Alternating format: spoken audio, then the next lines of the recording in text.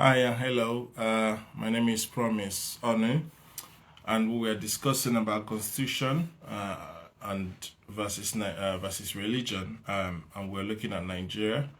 I had a special guest, and I'm gonna hope that he comes back on so we could add him back to the live, Dr. Tolu.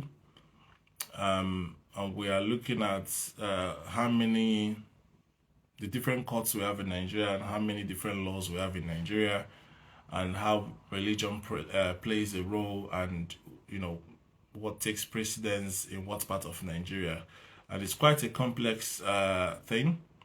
So we're trying to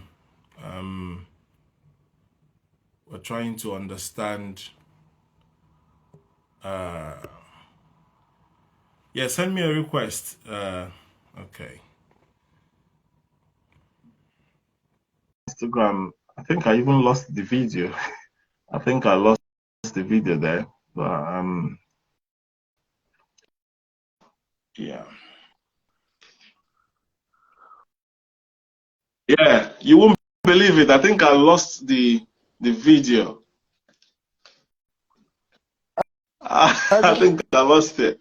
But what we'll do is you introduce yourself again, and then we'll quickly do a Oh recap. my We'll God. quickly do a recap of what we've discussed. I think I have a good understanding of our conversation, and then we could speed things up. So sorry, my brother. So because of this subject matter is constitution, and I'm not a legal practitioner, I've gotten my brother here to sort of help me in this discussion, so I don't give any false or misleading information. So, Tolu, please, introduce yourself again.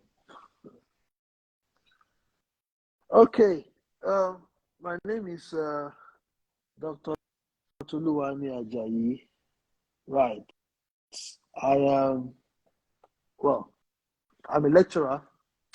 I have my first degree in law. I have a master's in law, Wow. and I have a PhD in law. And yes, I'm a lecturer at the University of Bolton, um, St. Mary's University, Twickenham, and Regent College, London. Good. What an accolade, and well done. Thank you for such a huge accomplishment and a very wonderful CV. So, without wasting much time, we've been in that discussion, and I think I understand a lot of things now. So, please, just to summarize quickly, how many, what's the hierarchy of courts, just quickly, that we have in Nigeria? Well, like I said before, there is Mm-hmm. the customary courts, there is the um, Magistrate? the customary court, the magistrate courts, the high courts, the Sharia Court of Appeal, or the Sharia Court, sorry, and the Sharia Court of Appeal, the customary Court of Appeal, the Appeal Court itself, Yes. and then the So you Supreme have Court. layers of these courts, and most of them are in the state, but the ones in the federal are the High Court, Court of Appeal, then Supreme Court. Yeah. So these are one court per se. You told us that the Court Yeah, of Appeal correct, can sit in any part of the states, correct. but the Supreme Court is only in Abuja and the High Court is only in Abuja. So that's very simple. Now, No, no, the Supreme Court is in Abuja. The High Court can be in the state, okay, can be sorry, there is anywhere. state So court, there is state high it could be courts federal. and federal high courts. That's it. All right. Exactly, Thank you for that exactly. Yeah. clarification. Okay. So that's So now we yeah. try to link what these courts dwell on in terms of the laws. But then before we do that, give us a rough summary or a quick summary of all the laws in Nigeria. So when I mean all the laws, from tradition, customary court to the Sharia to the Constitution, just go over them quickly now. The Constitution, like Okay. we have the statutes, right? Can you start So the from the the smallest and build up statutes. to the So highest? statutes. I know. Let me start Okay, from. start from the highest. Let me start from Okay. the highest. Okay. So I know I can Yeah. start from the smallest if I want to, but let me look for the one that is Okay. much more easy for me. So That's we it. have the statutes, right? So the statutes, which could be the Constitution, any other law that is passed by the National Assembly. Okay, it could be the Electoral Act, it could be the Company Allied and Matters Act, it could be any law actually, any enactment, any act from the National Assembly. And then we have court decisions. The customary laws, right? But we have customary laws the court decisions, so the Supreme Court judgments, right? No, okay, I'm okay. not getting there yet. Hang on. Okay. I'm not getting there yet. So we have the customary courts, customary laws, which is the laws that emanate from culture, from customs, and from values of people in the society. Okay. Then we have the Sharia laws, right? As it applies in the north of Nigeria. And then finally, we have the case laws, which is the laws of the Supreme Courts of Nigeria, the laws of the appeal courts, the law of the high courts. So these are the hierarchy of. So which one is the smallest now? Is it the customary or the Sharia law? Or is it hard to get them into hierarchy? They are all the same. Sometimes, see, here's the thing. For me personally, right? For me, all the laws are the same, but there's one that is superior than others, and that is the statutory law. And it is that statutory law that has the Constitution inside. All right. So so basically, everything you do, all the activities, all your movings back and forth has to be in consonance with the Constitution. And every other single law must be in consonance, in consistency with the Constitution. All right. So we dwelt a lot on the Sharia law and as it applies to Muslims in Nigeria, and the penal code also applying in the northern part of Nigeria. And I was trying to understand how the marriage system works, and you kindly explained that a Muslim can marry more than one wife, and according to the Sharia law is fine.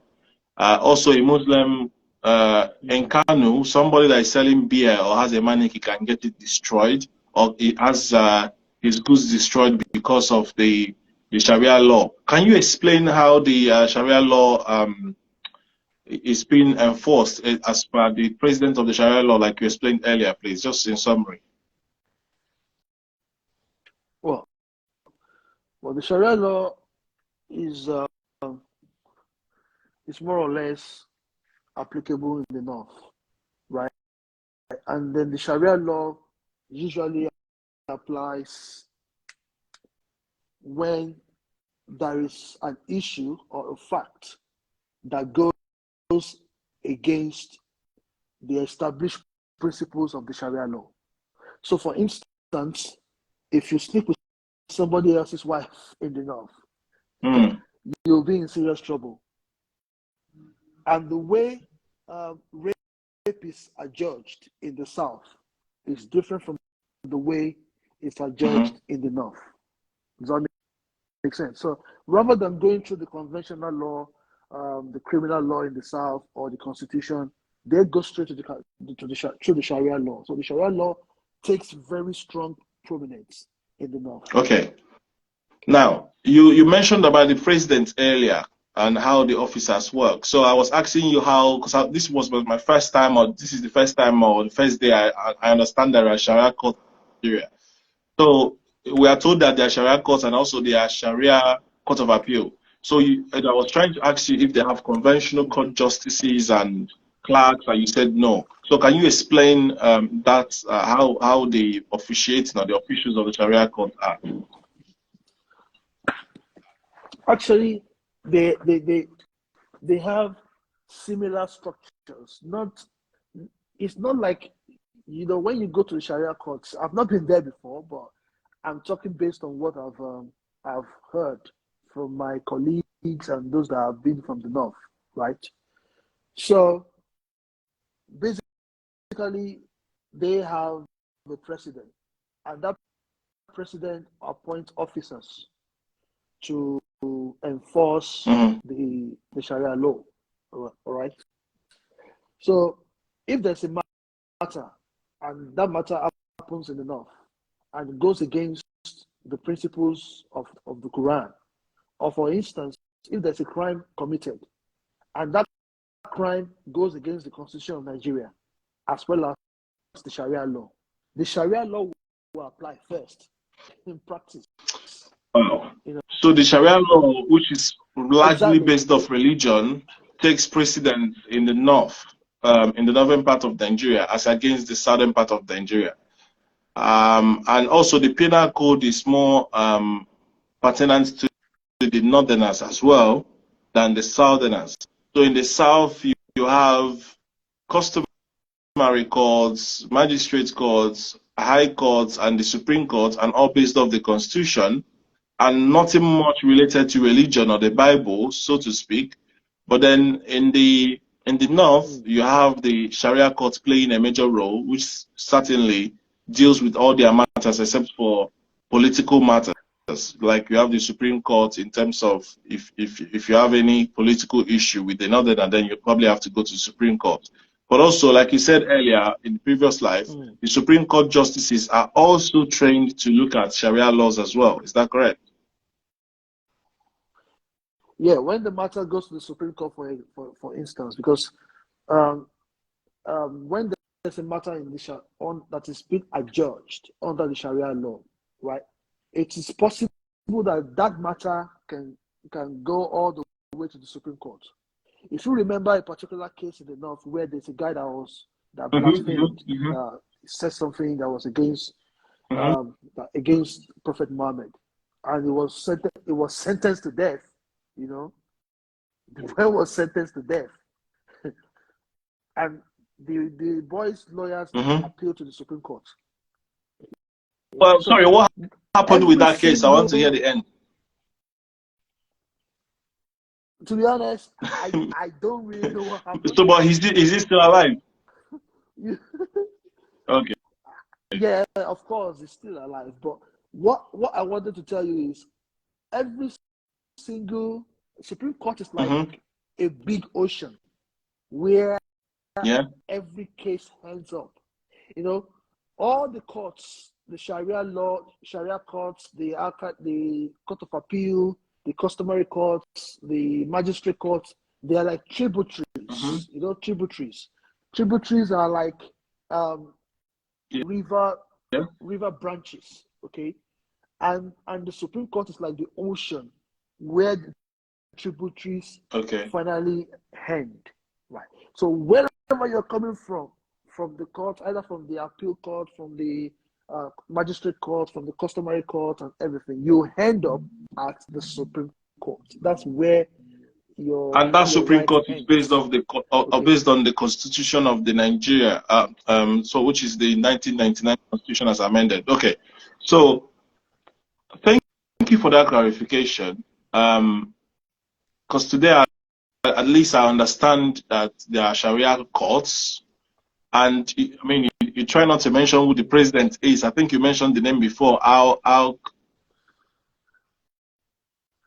think the president of the Sharia Court of Appeal. Correct me if I'm wrong. I think it's the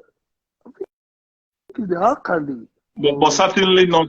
Or Alkali should be an officer.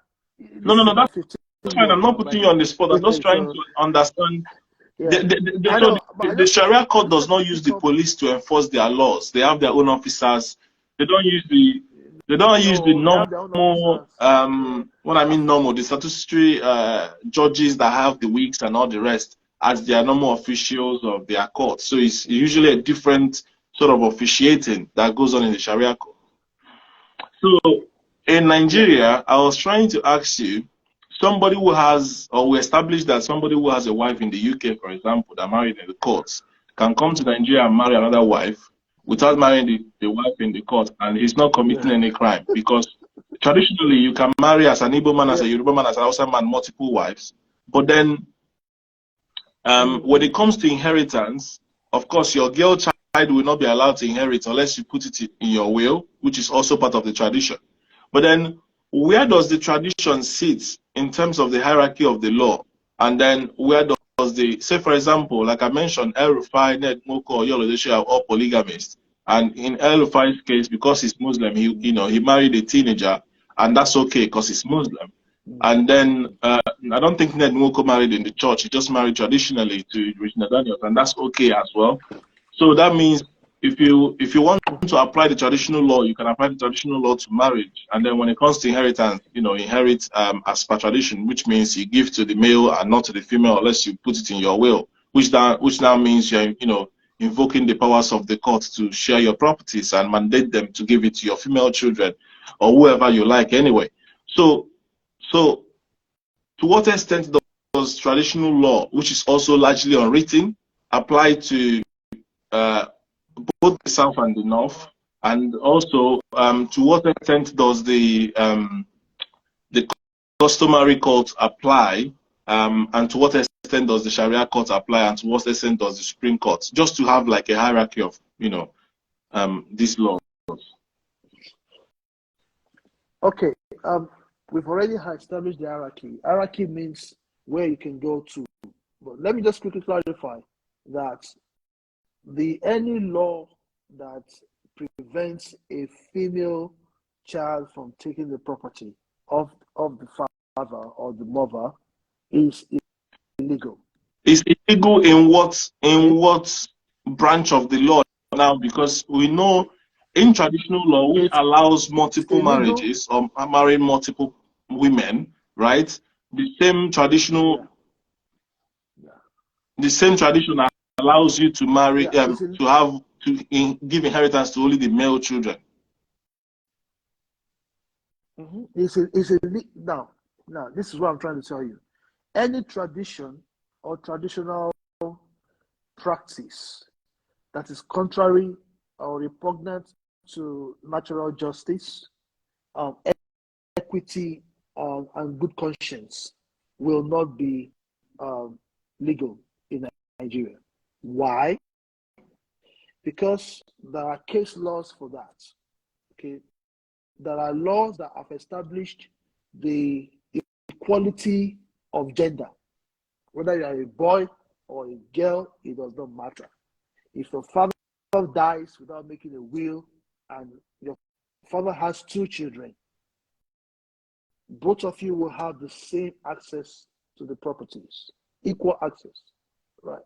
So the courts have ruled that any custom that is not in line with equity, good conscience, and natural justice will not be accepted. Now, for that to happen, the aggrieved party, the woman or the lady, has to approach the court. It's not given. It's not automatic. Yeah, so you have to go to court to fight over your property with your father's family. You have to go and fight. So this is all theoretical. This is all idealistic. Okay, we are just talking in an idealistic sense. It's not practical. The practical point is that you have to go to court to challenge that kind of. So if you have a problem with a tradition or traditional laws, you can take it to. But then we also established that if somebody marries traditionally or religiously multiple wives, and you are the first wife, and you don't like it, like in the case of your leadership, will you take it to court to say, I'm forcing my husband not to take another wife? No, you cannot. That's the problem. You cannot. The only choice you have is to Divorce, yeah. divorce, to walk away from the marriage. Everybody has a choice. Everybody has a choice of marriage. I can decide to pick up another wife now. If I decide to pick up somebody else to marry, all my wife has to do is to move away from my house. She can't force me not to pick up another wife. Okay. Do you understand? But I can't force her to stay But then, in the marriage okay, as well. when she wants to leave, how does she stay. take properties then? Who would decide and enforce that property being given to her? Say, for example, you know, she wants to leave, fair enough. She doesn't want to continue in that multiple partnership marriage. But then who gives her what? Because the husband probably will not give her any property. Yeah, but depends on where she goes. If she goes to the court, if it happens in Nigeria, for example, and she wants to walk away, she can go and file a petition for divorce in the courts in Nigeria.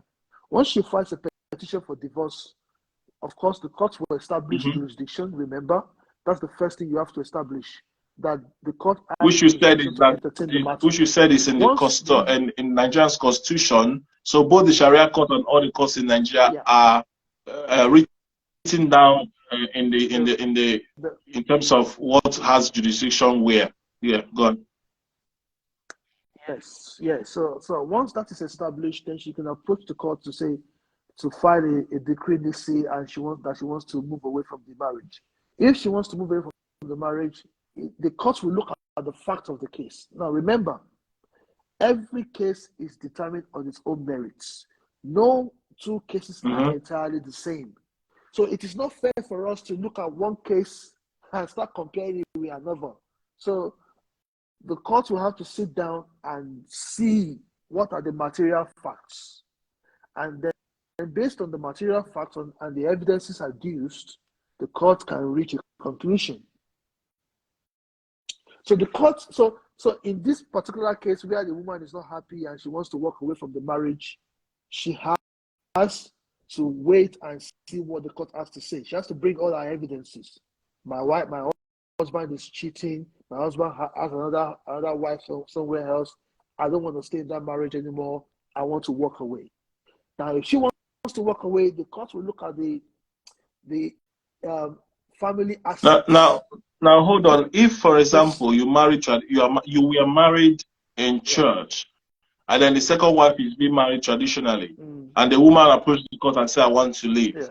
Can the court confirm or accept that traditional marriage is also the wife, and then use it as, you know, as a point of cheating, you know, so to speak, to say, okay, we are nullifying your church marriage, and then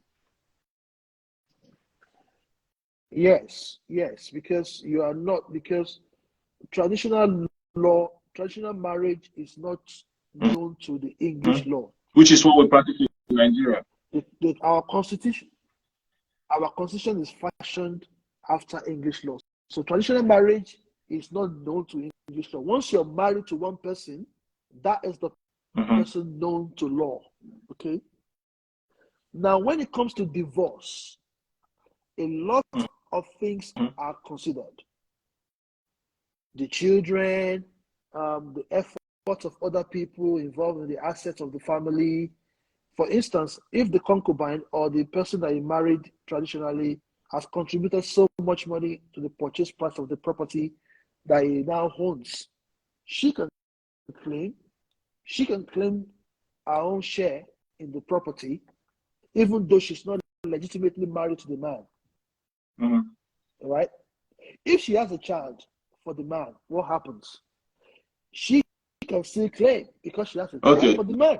That's fine. So the court can apply in that. So there are so many. So my point is there are so many issues that could come up during divorce.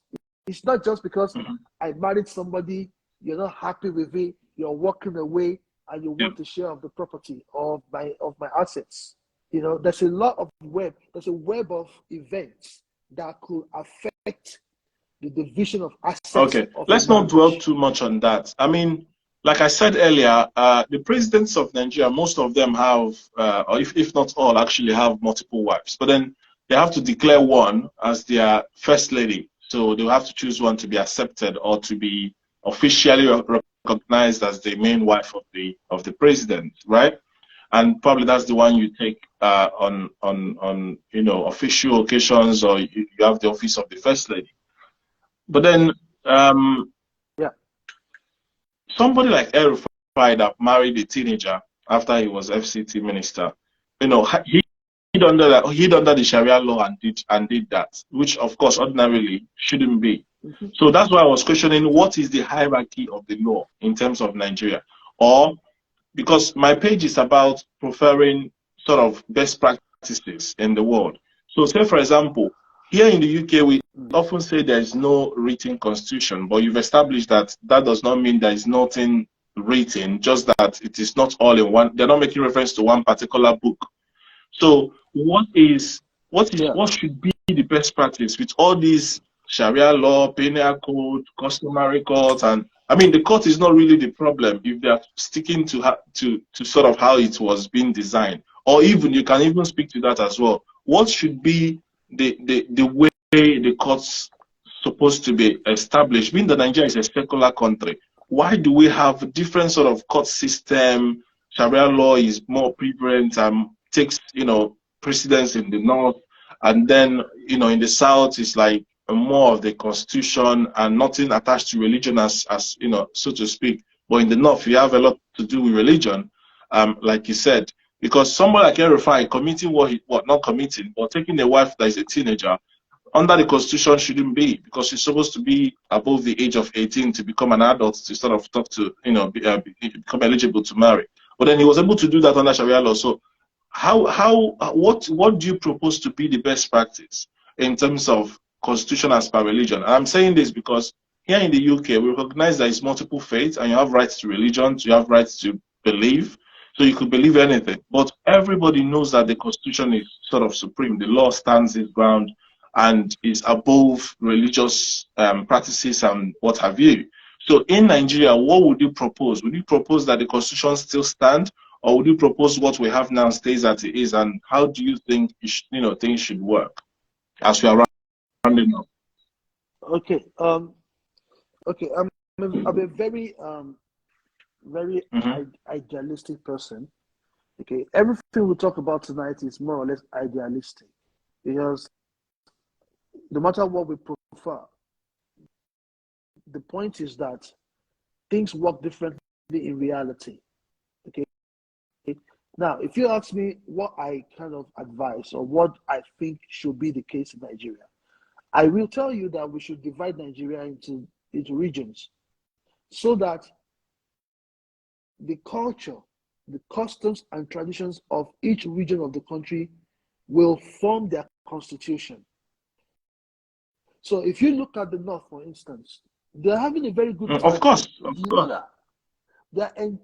They're having a very good time because apparently they are having the best of both worlds.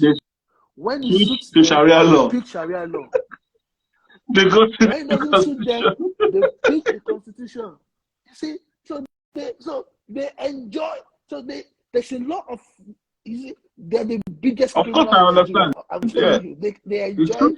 They everywhere.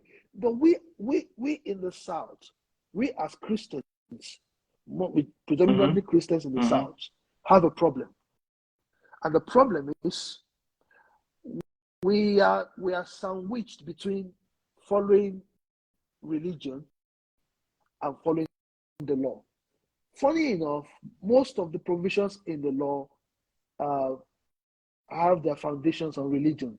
Do not steal, do not kill, do not covet your neighbor's wife. I mean, which is, of course, don't rape, don't make people cry or whatever. But the point is this: when it comes to the test of morality, don't pick up another wife. If you pick up another wife, you're committing an offense. What do you do in the South? Yoruba people can pick up 2 and so are Igbos. It's allowed culturally. So as Igbos.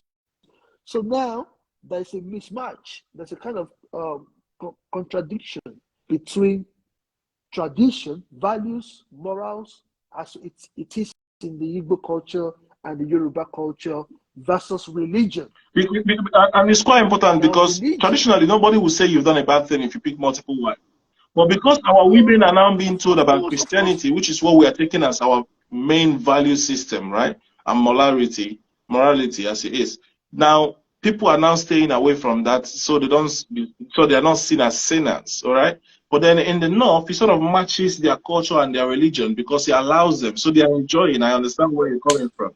But then how do we, exactly. okay, so your simple answer is that we divide Please. Nigeria. Yes, I believe there are tiers of solution for Nigeria. I say tiers of solution because the ultimate means dissolve Nigeria into 3 or 4 or as many countries as they want to identify, which is self-determination. But then they keep telling us that the unity of Nigeria is sacrosanct. So the second tier will be return Nigeria to the former regions, okay? Like how it were before, the eastern region, the western region, and the southern region. Now, it becomes hard because East, for example, have 5 governors. How do you merge them to now produce 1 governor, as it were? It's going to become... So let me quickly interrupt you there. I don't like when I hear people say that the unity of Nigeria is sacrosanct. I don't like it.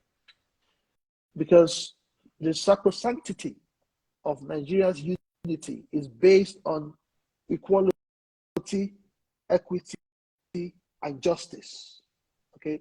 Now, the sacrosanctity of Sudan was supposed to be based on cohesion, unity, justice. What's happening in Sudan today? Because when they divided that country into 2, there was still kind of injustice somewhere. And so people started fighting. Okay. Nigeria has never had justice since 1960.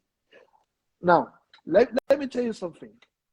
I was having a conversation with a friend of mine, I know Dr. Bayo. I wish I can bring. Maybe we'll try bring him online that next time. Yeah. Tonight. And we had a conversation, and I told him, I said, listen, the Igbo people have never had a president since 1959 or 1962. The closest, which was very short-lived.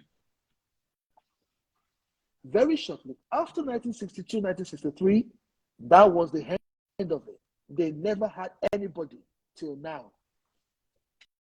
And I'll give you an example. I said, if you are married to somebody, he didn't give you water, she didn't give you water, she didn't give you food, she doesn't take care of your children, she doesn't take care of you, she doesn't give you even sex or something, nothing whatsoever, over the past 58 or 60 years. Then you want to go, she says you can't go.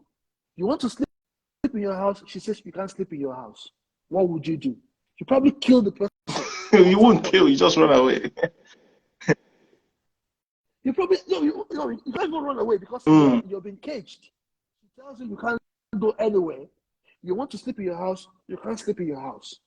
You want to eat in your house, you can't do anything. You're just really handicapped. So what would you do? At a point, you will commit a kind of offense.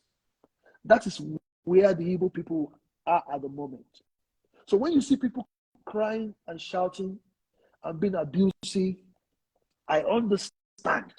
I am not an Igbo person, but if my tribe lost 2 million people between 67 and 70, trust me, I will be and the honest truth is that, for example, yeah, Nigeria keeps saying Igbos are the problem. Yeah, they're trying to succeed. Let me just drive home my point. Okay, between 67 and 70, 2 million Igbos were murdered by the Nigerian state.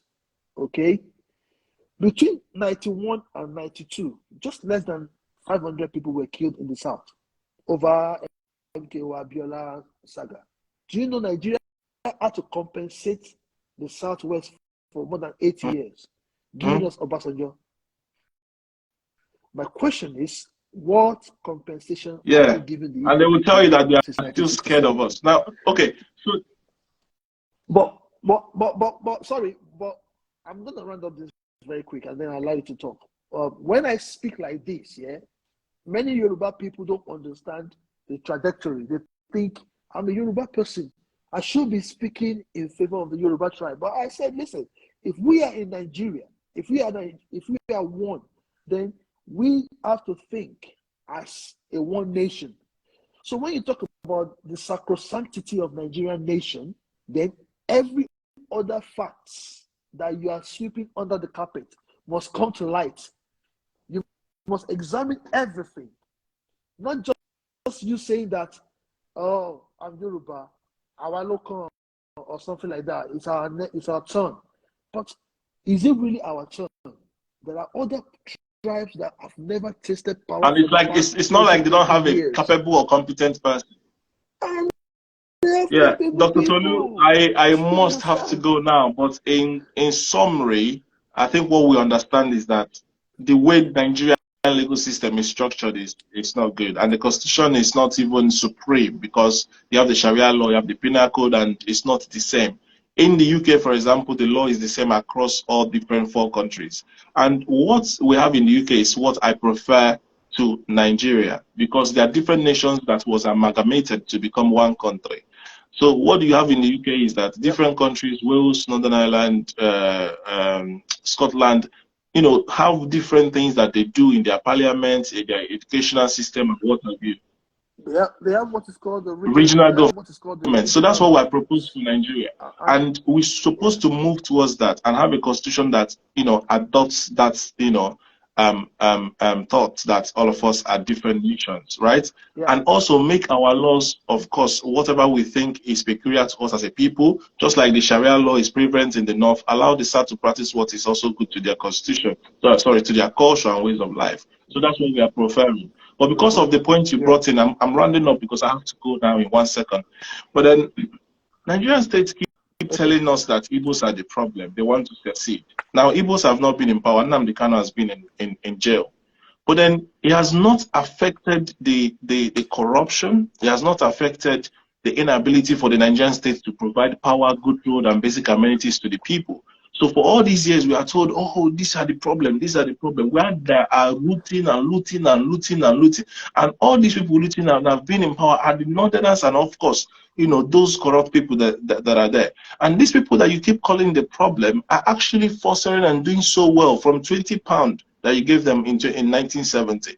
And what we are simply saying is allow these people who are progressive to rule the affairs of the nation and move the nation forward, or allow them to go. You are saying no, you are going to hold them, and again, collectively holding everybody down. And that is what people need to open their eyes to. Igbos are not the problem, neither is Yorubas, neither is the Hausas. But we need to make sure that people who are progressive, based on track record, integrity, and transparency, should be in the helms of our affairs to move Nigeria forward. Till next time, I'm going to stop here. And thank you so much, Dr. Tolu. I really appreciate your time, and thank you for all that explanation. Hopefully, if I find the old video, I will still post it. If I cannot find it, at least this can do a little bit of justice. Please research more on the different laws that are applicable in Nigeria. You have the magistrate court, customary court, the high court, the federal court, the Sharia courts, which I happen to hear today, and also headed by different tier of officials, and also the Supreme Court, which also have the Sharia court justices that practice that or understand more of the Sharia court. So these are the things that are peculiar with Nigeria legal system.